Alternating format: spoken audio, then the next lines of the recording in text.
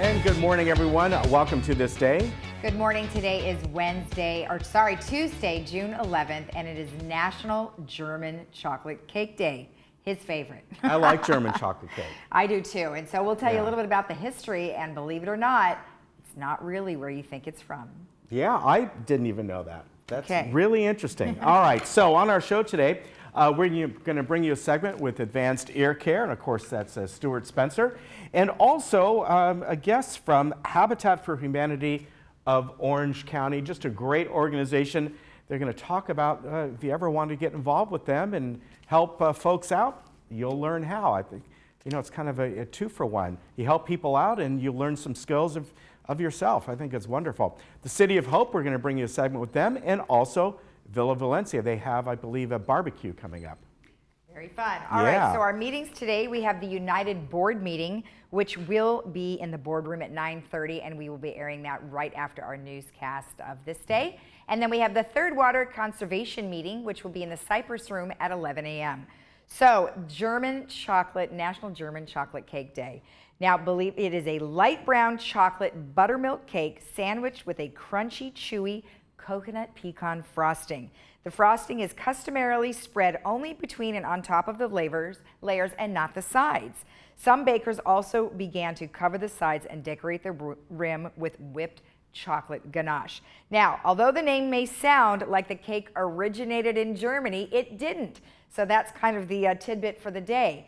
The cake's roots can be traced back to 1852 when American Sam German made a type of dark baking chocolate for the American Baker's Chocolate Company. Baker's German's Sweet Chocolates brand was named in honor of Sam German.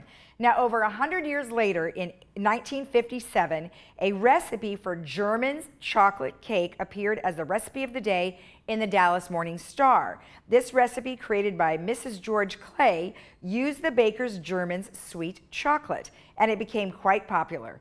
During this time, General Foods owned the Baker's brand and distributed Mrs. Clay's recipe to other newspapers around the country. The current name of German chocolate cake, as we know it today, came to be as publications started dropping the apostrophe S. So there you have it. German chocolate cake is not from Germany, and it used to be called Germans. So Ken, there you go. You really aren't eating a German cake at all. No, not at all. And like I said, I really like that cake. And I think the reason is my favorite pie is probably pecan pie. And this has a lot of the same nuances as pecan pie. So I really like it. Good stuff, good stuff. You should have brought one in. I should have. Next time. All right, hey, another hot day today, folks. In fact, some areas could even be hotter today than it was yesterday. We could have a little bit of offshore breezes as we get to the afternoon and some high clouds. You saw those yesterday as we got to the afternoon. It became quite humid. In fact, when I got home, I kind of made the comment, reminded me of Florida, because it got to be just a little bit overcast. Humidity was up high, about 22%, which is very high for this time of the year. And, you know, it just had kind of that feel about it. So this should be the last day of this. Tomorrow we're going to drop considerably and bring back fog. Now, I think we'll probably start to, I'm hoping we get that coastal fog this tomorrow morning. In fact, this morning, some areas had a little bit of that. Should be going forward. You can see we dropped back down to normal temperatures, and then even below normal. Again, normal would be in the mid to upper 70s. And so as we get to Friday and Saturday, we're going to drop that down on Sunday as well. So a big difference in just a few days of stretch there. What are we looking at? A 15-degree difference. So one more day of this. There is a heat advisory out throughout Southern California. And believe it or not, that heat advisory is going all the way from Oregon border all the way down to the Mexico border. Its entire, probably 2/3 of the state of California is under a heat advisory, because this is really unusual. If this was August, this would be normal temperatures.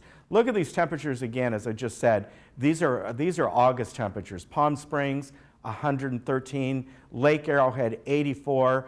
The beaches are still staying relatively nice in the mid to upper 70s, but everywhere else, hot, hot, hot. So keep that in mind. You know, if you go out this afternoon, you know, do all the normal stuff to keep yourself hydrated and all that, because This is really above normal for this time of the year, but hopefully, well, I know we're going to start to put that down tomorrow, then even more so as we get to the weekend. All right, we'll be back in just a moment.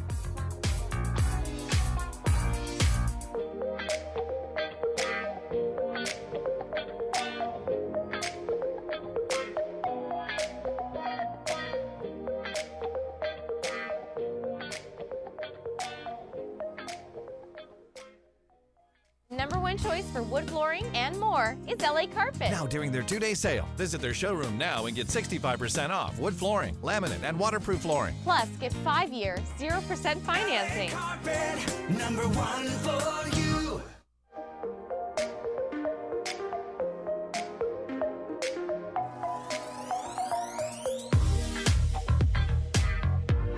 Stuart Spencer is with us right now from Advanced Ear Care. Good to see you, as Great always. To see you, Ken. Sure.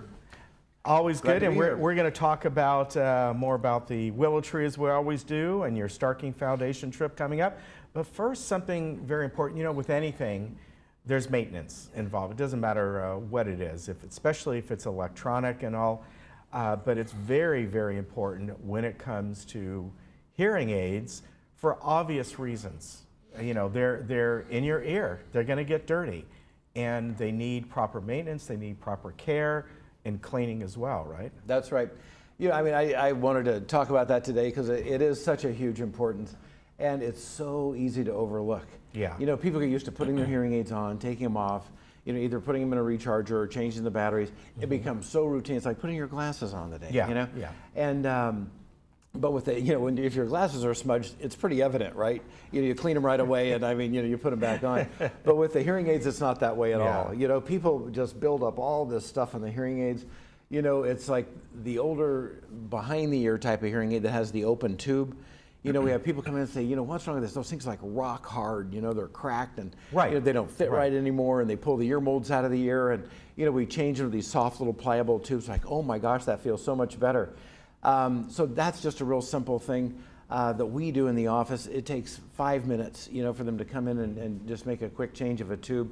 You know, the little filters, you know, all the manufacturers today have some kind of filter that goes on the end of the hearing aid where the sound comes out. Right. You know, the part that goes the furthest Yeah. in the ear canal. So that little tip has to stay clear for obvious reasons. The sound just has to pass out of that. Because what happens there is, you know, if that's plugged, it's like a cork in a bottle. Nothing Yeah. works. Right, right. Everything else can be working great, but nothing works. And people come in and say, my hearing aid's dead, you know, it's not working. And we just flip that little filter out, put a new one in, and they're like, oh, this is so much better. So, you know, I just want to encourage people just to start really, you know, looking at that stuff and really maintaining the hearing aids. And it makes a huge difference. Small changes with hearing aids make a big difference in their hearing clarity and their ability to hear speech clearly. What about the electronics inside themselves? Is that something that every so often they need a firmware update? Yep, you know, so that's kind of more of a technical kind of issue, but right along the same lines, we definitely want to update that firmware all the time. More to the point of the maintenance is the microphones on the hearing aids. Okay. You know, just like, you know, with mine, you know, where the microphones are here in the back, you know, sometimes my hair just gets sweaty and whatever. And so there's moisture that gets in there. There's little covers that go over those as well. So we change those covers, blow out those microphones.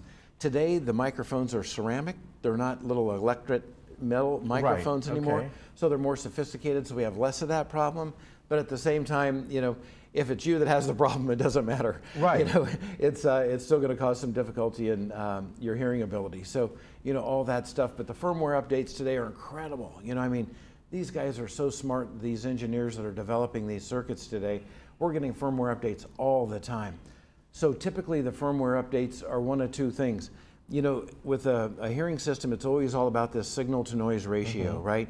You know, what do people say? You know, I have a harder time hearing when I'm in a noisy restaurant, right? yeah. So the noise comes up and they can't hear the speech. You know, so these firmware updates are typically involving, you know, managing that noise better and enhancing that speech better and changing that ratio so they can understand better in those noisy environments. So it is important. If they need that, how would they know? Do they? I would think if somebody has a smartphone and they're using the app and all that, they would let them know and they Becomes could obvious, communicate. yeah. But if they bring them into you for the maintenance, and you suggest maybe every 3 months or so, right? Would you look that up and go, hey, there's a firmware update needed for this? So we get indicators on that as well. Okay. So when people come into our office, we always look in their ears, to make sure there's no wax blockage or anything of that sort, make sure they're nice and clear, check their hearing aids to make sure they're operating well, then connect them right to the software, specific software that's for their hearing aid. And then all the manufacturers have a little icon that does come up just like on your cell phone saying, time for a general update in your iOS system. And so we can see that, and we upload those firmware changes right into their system. So a lot of different than 30 years ago. Wow. All you need, let me put in 2 AA batteries and we're done, right? Put it back in your pocket. Yeah, that's right. You mentioned moisture, and with the newer sophisticated hearing aids, can they take more moisture? Meaning, you're walking out and you just sweat, or somebody plays sports, so they get sweaty, or rain, or even to the point. Rain, right? Yeah. Can they take a shower with them occasionally? Yeah. Well, I have. Okay. I've done about everything wrong that you're not supposed to do with wearing hearing aids. I jumped in a pool, taken a shower. The hearing aids are very bulletproof today. We can't say they're waterproof because they're not. Right. We have to have an opening in the outside of the hearing aid to pick up surrounding sounds, right? The microphone, and then we have to have the speaker that's open to send the sound into the canal. So those are the 2 most vulnerable points. The integrated circuit in the hearing is bulletproof. I mean, that thing's sealed in epoxy. Nothing's going to bother that circuit whatsoever. It's the input and the output transducers that really cause that kind of problem. Okay. But you know what? I mean, typically, if I do something like that, and I do hop in the shower with them, you just open them up, leave the battery door open. They dry out overnight and they're working just fine. Okay. What you don't want to do is put them in a microwave or blow dry them with a hot blow dryer, because I can tell you, we have people come in, these little things are just so shriveled up, they're just damaged beyond repair. Okay, so that's good to know. Yeah, so just let them dry out. All right, now you are so involved with the Starking Hearing Foundation, and you're going to be going on a trip to Puerto Rico coming up in about a month. Wow, I'm really excited about this. We have always supported the Starkey Hearing Foundation. We've been all over Africa, Kenya, Malawi, Rwanda, Tanzania, Zimbabwe, and we've been to Peru and just all over the world basically. But this one I'm really excited about, Puerto Rico. My wife's Puerto Rican, and she was born there, and of course kind of traveled around the world. Her father was an Air Force surgeon and flight surgeon, and so they kind of moved all over the place. But she was born there, so I'm going to be able to take her with me. So that's going to be kind of special. And then, we have a whole affiliation with a group down there in Jamaica. And it is Jamaica and Puerto Rico and kind of that whole Caribbean section. So this is in Puerto Rico, and it's really going to be a great alliance. Great. We're going to be able to help a lot of children to hear better, and so we're really looking forward to it. So I'll report back on some details next time. Okay, very good. And so I would think, just kind of a heads up, you won't be here in June, because you'll be gone during your normal time unless we change that up. You know what? We'll have to take a look. Okay, all right. So Willow Tree is operational. A little bit more detail left. They just kind of going along. That's right. They're almost there. It's almost, come on, you can finish, They'll get there, but it's looking so much nicer. It's beautiful, so we're really happy with it. Okay, do you know any new businesses that are coming there? Because I know, we've talked about this before. New businesses help all the other businesses there too, because it brings new people in. We're already busy, right? We're always busy anyway, but the nail salon, boutique, so that's where they're going to have, I don't know how many exactly, but multiple independent owners of their own nail salon business or hair salon, beauty stuff, in individual little kiosks. Okay. So there's going to be like maybe 30 different options to go to. So that's opened up. The Century 21's opened up. Rainbow Realty's come in there. A little quick story about that. When I first started 37 years ago, we purchased a hearing aid office that was half real estate and half hearing aids. That's what we walked into. It was like, wow, this is really strange. Roseanne Rowe was the owner. Frank Sands bought her business and changed it into Rainbow Realty. And guess what's next door to us right now? Just moved in. Rainbow Realty Century 21. it's like, wow, that's a full circle, isn't it? Yeah. So kind of a fun thing. All right, very good. Always good to see you. Have a good time in Puerto Rico and all the other areas. And if you want to get a hold of Stuart or staff, advancedearcare.com, very easy to remember, or 949-354-0079. Always good to see you. Thanks, Ken. It's a pleasure. All right, take care. We'll be right back.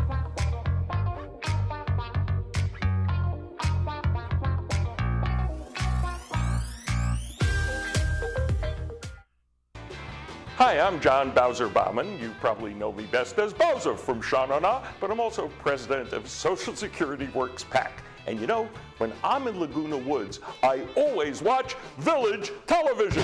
Grease for peace.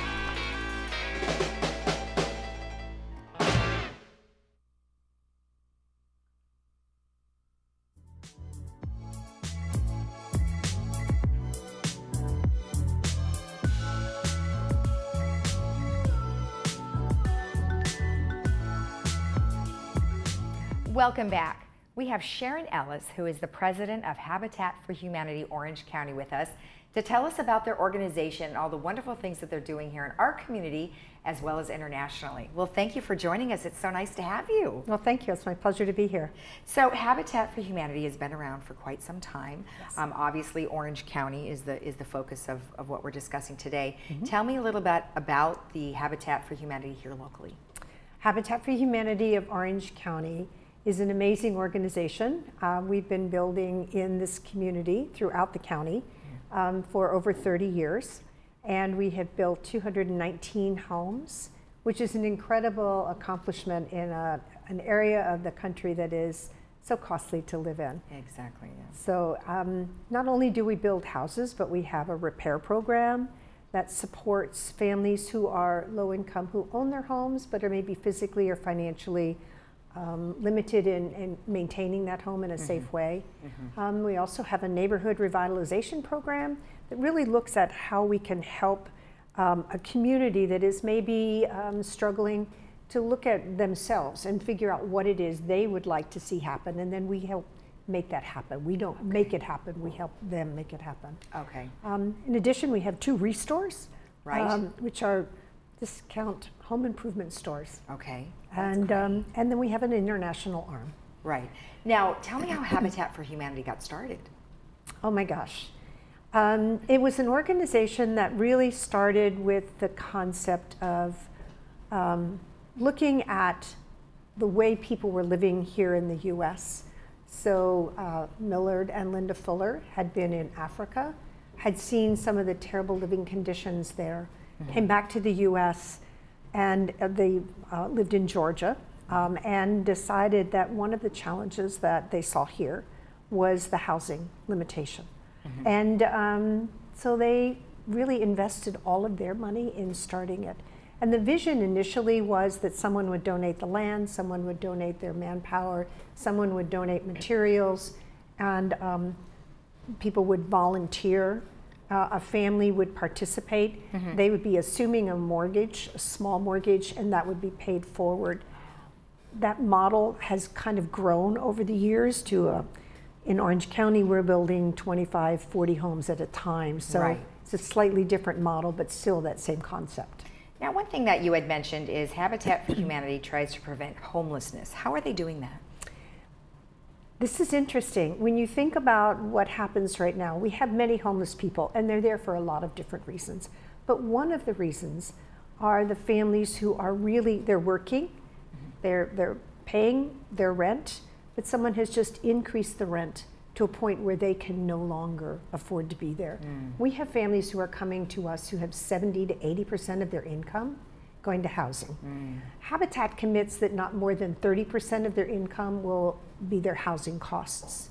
So when a family comes to us and goes from 80% of their income going to housing to 30%, you've just stabilized that family. Right. So in a way, we can prevent homelessness by getting families into homes that they can afford. Okay. Now, there is a project that you're working on in Fullerton, and we're showing the picture right now. Tell me about the home and the rendering that we're looking at. There are 12 homes that we'll be building in Fullerton, duplexes. Okay. We have 4 under construction right now. We'll have another 4 that will be starting in July, and then we'll start the final 4 probably January, February of next year. Okay, and then our next slide, we're showing people who are actually, building the houses. So, do you have to know how to use a hammer and a saw and all that, or do you show people, or what do you do? We have people who have never picked up a hammer who are out on the construction site. We have trained supervisors on site who really help us. And in addition, we have volunteers who call crew leaders. And those crew leaders are there to help people like you and me know how to pick up the hammer and use it appropriately and use equipment, materials, all the stuff that we've got on the site. So if you've never built a house, you've never been on a construction site, there's probably something that we can teach you that day that would be really fun. We also have a women build team. And yes, I know, it's really fun. They not only go out on the construction site, but they also have a project where they build playhouses, and then those playhouses are donated to various organizations or to families that have children. Oh, I like that. That sounds great. Okay, so if someone wanted to volunteer to help build, there's also plenty of other opportunities. You don't necessarily have to go to a construction site. So tell me about some of the other volunteer opportunities and how someone would go about volunteering. Thank you for asking that question, because I think a lot of people think that the only thing you can do is go out and build. But we have everything from volunteers in accounting, volunteers in the family selection process, which is an incredibly heartfelt, it's just an amazing thing for volunteers to do. You can do data collection for us, data entry. In the Restore, we have tons of volunteers.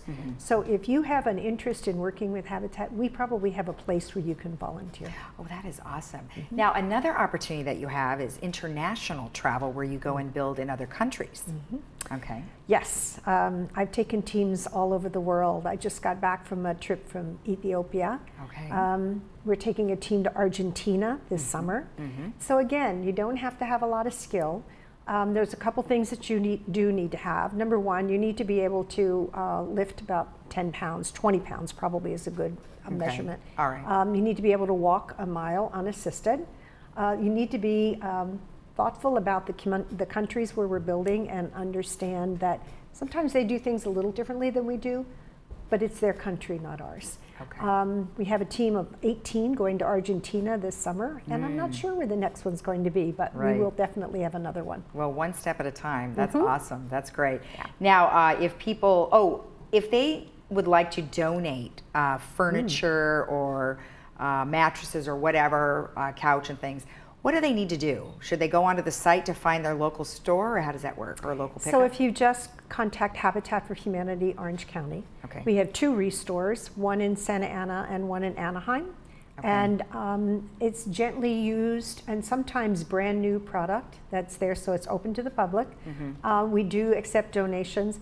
We do not accept mattresses. Oh, no mattresses at all. Mattresses, Okay. yes. Okay. Just for health reasons. Sure. And but we do have a team that will come out and pick up product, and if they would reach out to Habitat,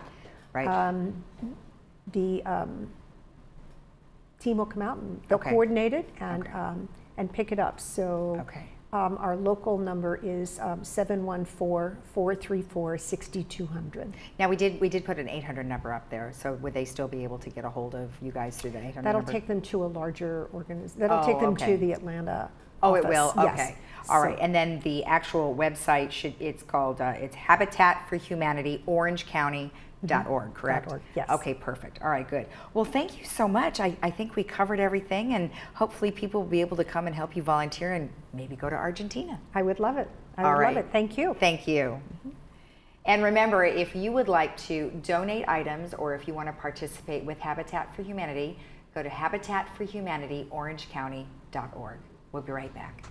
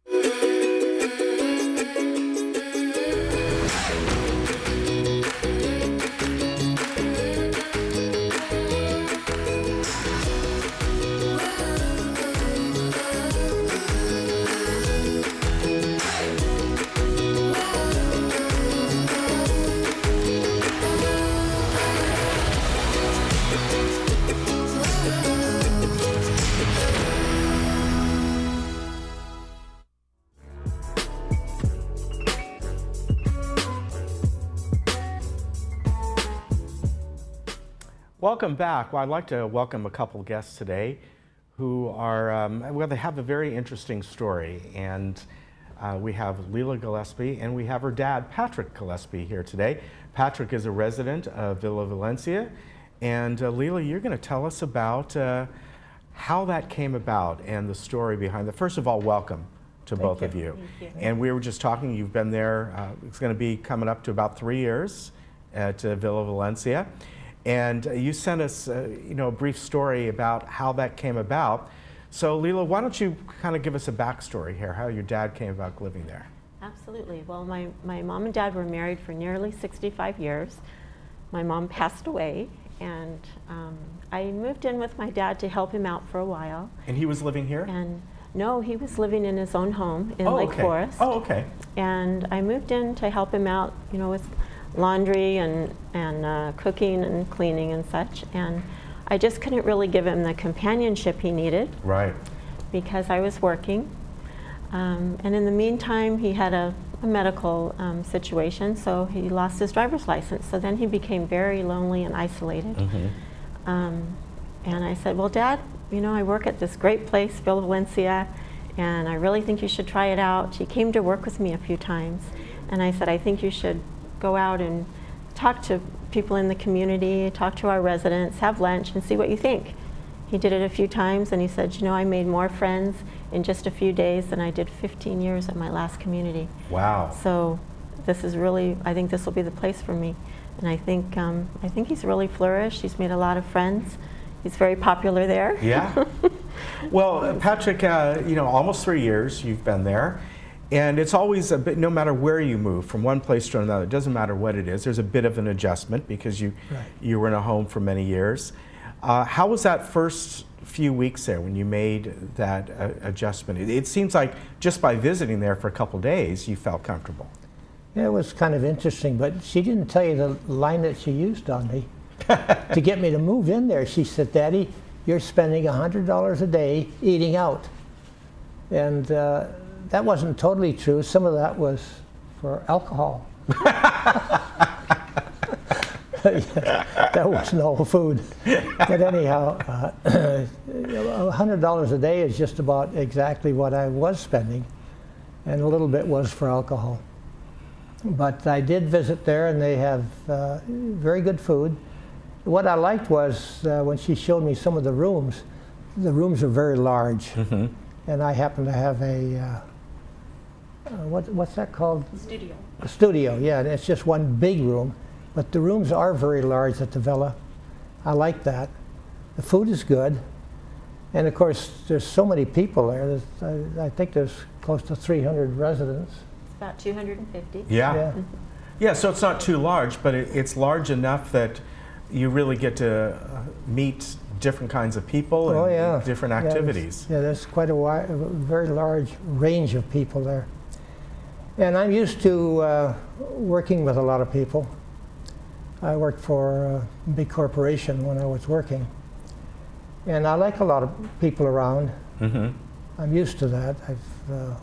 I say I worked for a large corporation. And I guess I'm quite a social person. I really like a lot of people. Matter of fact, I like a lot of people on a daily basis. And that seems to suit me very well. And I think what's really important is that you're once again, or when you moved in 3 years ago, you're having meals with people. You get to know them as friends, and that sociability right there, among anything else, Leila, is so important at Villa Valencia, right? Absolutely. We incorporate that every day in our activities that we have at Villa Valencia, as well as our meal program. All of the emotional, physical, social parts of everyday life. And for my dad, my mom did all the cooking for him, so he certainly didn't know how to cook. So all his meals are provided. Yeah. He's served breakfast, lunch, and dinner each day. And he does involve himself with a lot of the activities. He's a golfer. We have a beautiful, brand new putting green at Villa Valencia that was just redone. So he's out there quite a bit golfing. But he involves himself in a lot of the activities, live entertainment, that he loves to go and watch the shows. So a lot to do there. And you wrote, when you wrote us this email here, you said you're driving again? Yes, I am. Yeah, I worked with the DMV. It took me about 3 months to, and a lot of testing, to get my driver's license back, and I'm very, very careful because, boy, that's a privilege here in California. Yeah, it is. And I'm very careful about taking care of that privilege. I really enjoy driving. Yeah, and that's, you know, it gets you around, but Villa Valencia also can get you around places as well, right, Leila? We certainly can. When my dad didn't have his license, we do have a shuttle service, and we go within a 7-mile radius. So fortunately, as the residents in this community, in this area, most of the doctors are right here in Saddleback Valley, and all their shopping, their pharmacies, as my dad's life was, so the 7-mile radius was perfect. He was able to go to the doctor, go to the restaurants even he liked if he wasn't eating at the resident at Villa Valencia. Yeah, so that gets you out. And it's a very, very convenient location. But the one thing I did almost immediately, I went to the Orange County Transportation Division in Anaheim. Well, not quite in Anaheim, but it was, I got a bus pass. Oh, very good. So I can go anywhere in Orange County, Lower California, for a quarter. Wow. And when I tell some of the residents, what a good deal. Yeah, you know, that is really good. Get an access pass, and for a quarter I can go all the way into Foothill Ranch. I guess I could go all the way down to San Diego for a quarter. That's great. And the bus station is right next to the villa. Yeah, you're right. It is. Yeah, that transportation center. Yeah. Now, you know, you love the food there. You get 3 meals a day. Am I right, Leila? Yes. 3 well, meals I gained 30 pounds in the first few months I was there. Nothing's wrong with that, you know. If the food's good and you have social activities and you can get together with people and enjoy, you know, cocktails at night and that sort of thing, and just have a great time. And not only that, we want to mention that you're doing this summer cook-off coming up, and summer kickoff, I should say, kickoff, cookout. Yeah. And this is something that you people from outside of Villa Valencia can enjoy. They need to RSVP. But this is something kind of showcase what you're doing there, right? Absolutely, and that is June 13th from 11 to 1. And our chef's fabulous. He's been there about 35 years, and you'll enjoy the food. Please RSVP so we know you're coming. We'd love to show you our beautiful community. Yeah, it's not far. It's just really, it basically you could walk to it from where we are right here. So it's not far at all. The number and website, by the way, is on the screen. VillaValenciaRetirement.com, and the number is 949-581-6111. You can call them whether or not you want to go to the cookout, but if you want to get a chance to take a tour, they can call up there and look all around, kind of like what you did, and see if it's something that maybe it's right for you, or maybe you're not quite ready, but to keep that in the back of your mind and go and see Villa Valencia. And that way you kind of know at the time, you're going, yeah, I remember that place. I think I'd like to go back there again. Oh yes, we've met some residents over a period of 3-4 years, and when they feel that they're ready to come in, we're always happy to be there for them. We're there 7 days a week to show our community. We'd love to meet you. All right, and they have independent living, assisted living, skilled nursing, rehabilitation. Yes. So maybe some people come there for a short time for rehabilitation. Yes. You handle that as well. So very close by here. Nice to meet you, sir. I'm glad you're enjoying it there. Good to see you're driving again. I'm really happy about that. All right, very good. We'll see you folks. Well, I may see you again. Come back. We'd love to have you back and tell more of your stories. And Leila, we may see you again as well, or someone else from Villa Valencia as well. Absolutely. Thank you. Take care. Thank you very much. Have a great day. And we'll be right back.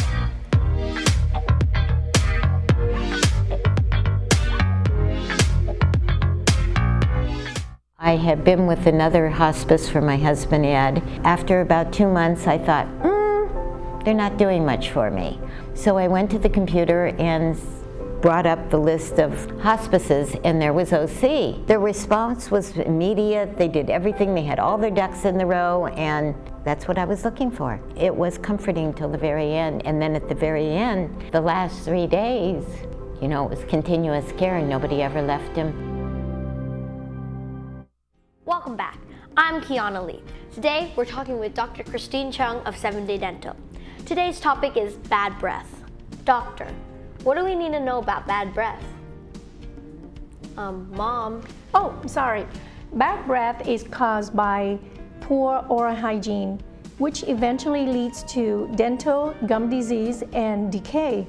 It's an easy fix. Thank you, doctor. So don't wait, people. Come on in and get your 7-Day Dental smile.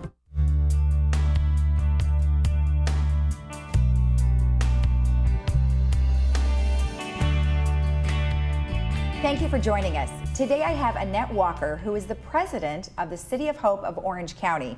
And we're going to be discussing her history with the City of Hope and also the medical industry, as well as a brand new operation that's going in the Great Park.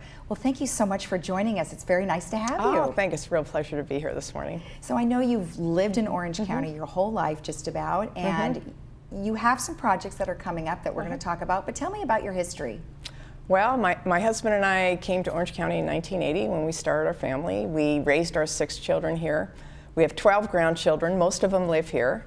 All of my professional jobs have been based in Orange County for my whole career. So I started way back in 1980 working for an organization called FHP.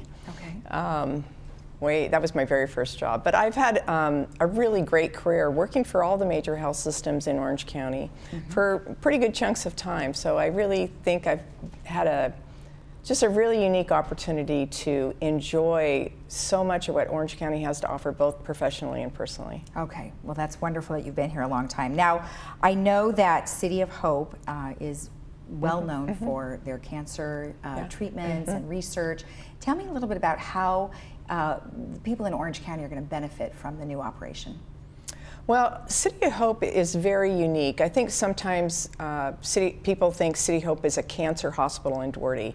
And clearly, yes, City of Hope has a very, very fine, large facility on its 100 acres in Duarte.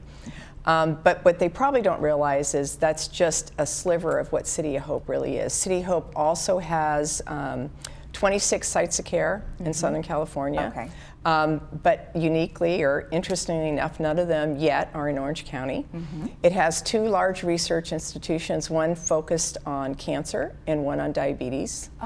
Yeah, it has cell manufacturing capabilities, which for some of the immunotherapies that can actually produce the therapies that the patients are getting. And it also has a really strong genetics company as part of its portfolio, which in cancer is becoming increasingly important. Well, exactly. I mean, I understand that precision medicine is something that everyone is talking about, so you can certainly contribute to that as well. Oh, absolutely. Precision medicine is a strategic priority at City of Hope. And as we get better and better at not only defining exactly what your illness is, but predicting the therapy that will actually work the best for you, it's going to become increasingly important, and is every day. And is every day. All right, very good. Does Orange County have a higher cancer rate? In some, it depends on the cancer. Some cancers, we actually have a lower cancer rate that are attributed to lifestyle. But interestingly enough, in breast cancer, we have a higher cancer rate. Interesting. About 25% higher than the U.S. average. Okay. And what about the other cancers? Not so much? I'd say they're fairly equal. They're fairly equal. Okay. All right. And then what would be happening at the new facility that's going to be built in the Great Park? Well, right now we're spending our time really doing a lot of research into Orange County regarding what does Orange County have, what does Orange County need. We're looking at the population statistics in Orange County, we're looking at the cancers that are prevalent in Orange County, and we're doing a predictive analysis of how that's going to look in the next 10 to 15 years. And then we're saying, as we have that picture develop, where can City of Hope provide the most value? What City of Hope has that will be a great benefit to Orange County is the really subspecialization in cancer. So we have 500 physicians and scientists who do nothing but focus on curing cancer. And so we have, for instance, if I had a liquid cancer, a hematology cancer, City of Hope has physicians who spend their whole life studying just the cancer that you might have, and the therapies that work the best, and the cures that are happening, and the kind of person that would be most likely to benefit from a particular drug to treat that cancer. So it's about subspecialization, or it's a level of subspecialization that generally only an academic center can have. And because City of Hope only really focuses on 2 main diseases, cancer and diabetes, the amount of horsepower it can bring to that problem is really significant, and Orange County will hugely benefit from that focus. Okay, and you have a facility in Newport Beach. Yes. Tell me about that one. Well, we're really excited we announced just a few months ago that we purchased a building in Newport, and that we'll be opening it by the end of the year. And we really wanted to solidify our commitment to Orange County, that we're really serious about coming here, and also provide to the extent that we can, as soon as we can, to alleviate some of the stress on our current patients who currently have to travel to Duarte for services. Right, okay. And then you're also going to be building a large operation in the Great Park. Can you tell me some things about that? The Great Park is more going to be like a campus dedicated to cancer and to treating and preventing cancer. So it's going to be significantly larger than Newport. And it will have significantly more sophisticated services than Newport has. City of Hope is going to bring some of that subspecialty that we were talking about and the research capabilities that City of Hope has from Duarte into Orange County at the Irvine campus. Okay, great, great. And we're showing we do have a photo here. So the projection is that it will have, it's kind of like you said, larger, but it would be like a campus? Yeah, it's going to be more like a campus. It's going to be more like a campus, and right now it's envisioned to be in that area of dirt that you see right there, just below the train station. Oh, okay. Oh, well, that actually is quite convenient. So it's funny. I think City of Hope's going to be the only cancer center in the United States that is actually adjacent to 2 major train stations, because the Duarte campus is actually across the street from this train station. Do people ever take the train to get there? Oh, all the time. Oh, no kidding. But isn't that funny? Because in California, it's not like trains are everywhere, but that both of our major facilities will be next to train stations. Oh, it's kind very of interesting. Oh my gosh. Okay. So, and then if people want to know more information about, you know, how they can get involved or learn more about what's happening, where should they go?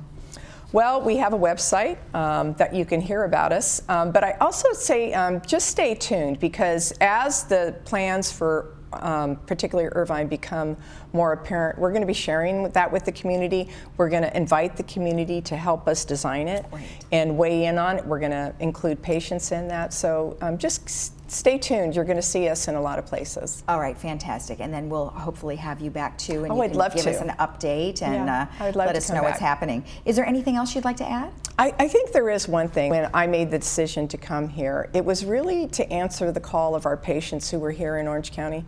This year we had 3,200 patients who live in Orange County who drove to Duarte to get their cancer care. And when you hear that, it's pretty compelling to say, can City of Hope be of use to Orange County? Can City of Hope provide value to Orange County? So I want to particularly maybe do a shout out to our patients that we've heard you and we're coming. That's great. Thank you, and congratulations. Thank you so much. And thank you for joining us. And if you would like additional information, you can always go to cityofhope.org/OC.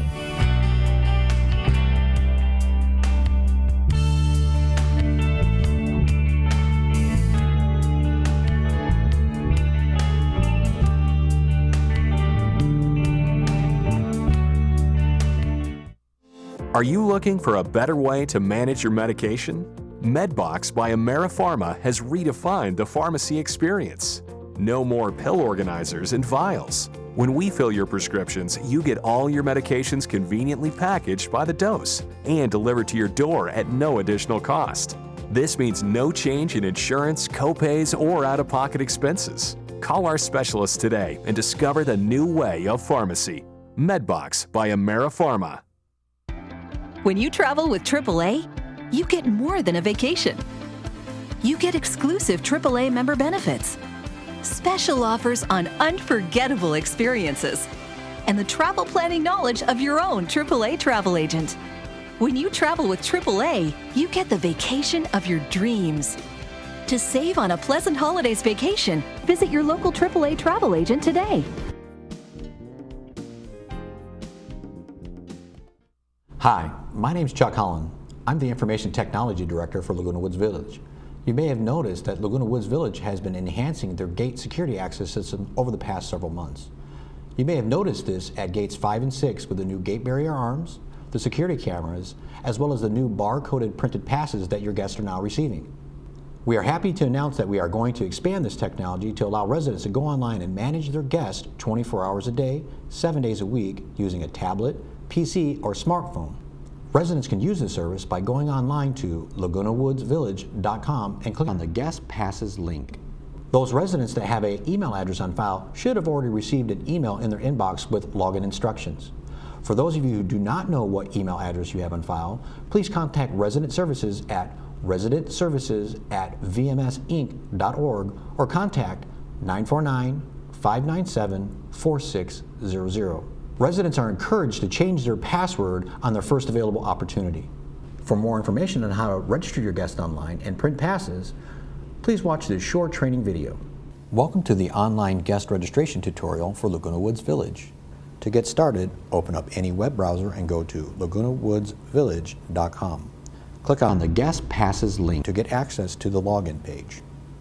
Once you register and log in, you'll be presented with the guest registration portal. You will be able to register 4 different types of guests: a temporary guest, permanent guest, party guest, and a restricted guest. There is a limit of 5 permanent guests per resident and no restrictions on the number of temporary or party guests at this time. First, we will register a temporary guest. If an overnight parking permit is needed, select the drop-down list and pick the Guest OPP pass type. Temporary guests can have a pass for up to 15 days. The pass can be printed at the gate when your guest checks in, or you can email the pass by clicking on the Send ePass link. Guests must present their passes to be scanned before entry is allowed. Second, we'll register a permanent guest. Residents are limited to 5 permanent guests and passes will be good for 365 days, but will automatically renew every year. If residents need to change their permanent guest, they can simply delete one of their existing 5 passes and add a new one. Third, we'll add a party list. If you're having an event that does not require overnight parking and you need to quickly register more than one person, use the party guest feature. It's simple to use and can save time. Fourth, we'll add a restricted guest. This guest category will alert the gate attendants that you do not want this person in the community or visiting your manor. Please use sparingly and only if necessary. The system is simple and easy to use, but does take some practice. Be sure to download the mobile app after registration to make it even more convenient to register your guest online. Thank you for watching this short training video. If you have any questions or concerns, please contact Resident Services at 949-597-4600. Thank you. With Alzheimer's disease, you never know what to expect. Dr. Gus Alva at ATP Clinical Research is enrolling volunteers 65 to 90 years old for a clinical research study evaluating an investigational drug for agitation associated with Alzheimer's disease. No charge to participate, and compensation for time and travel may be available. If you or someone you know is experiencing agitation, irritability, or aggression associated with Alzheimer's disease, visit atpcr.com or call 714-270-1472.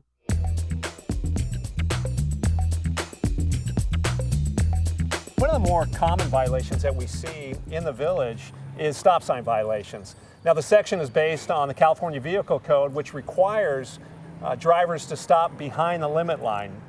Now, as you can imagine, we commonly hear about the California stop, which really isn't a stop at all, but a slow or a roll. And that's one of the things that we'd like to educate our members of, to come to that stop sign, stop behind the limit line, pause briefly before moving through the intersection. Yeah. We take videos, the traffic security officers take videos for the traffic sessions when the people come before us. And it's absolutely amazing. If I might indicate, the stop sign is right here. People will physically stop at this particular area.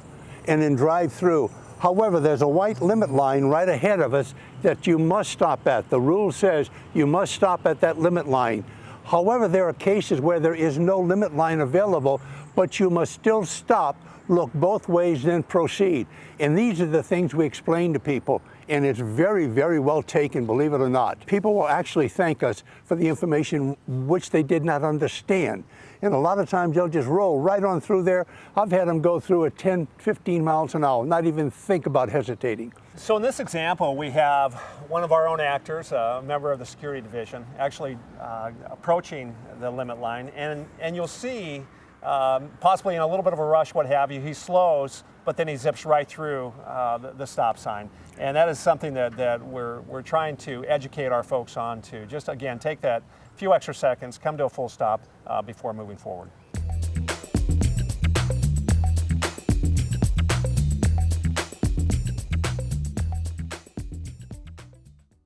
Are your hearing aids not working as well as you'd like? The person who programs your hearing aids is way more important than how much you spent on them. The good news is that we can help. I'm a retired electronics engineer who will precisely reprogram your hearing aids to your unique hearing loss. If that doesn't give you significantly better hearing, I won't charge you a dime. You have nothing to lose and better hearing to gain. So call Hearing Remedy right now and ask for your personal better hearing appointment.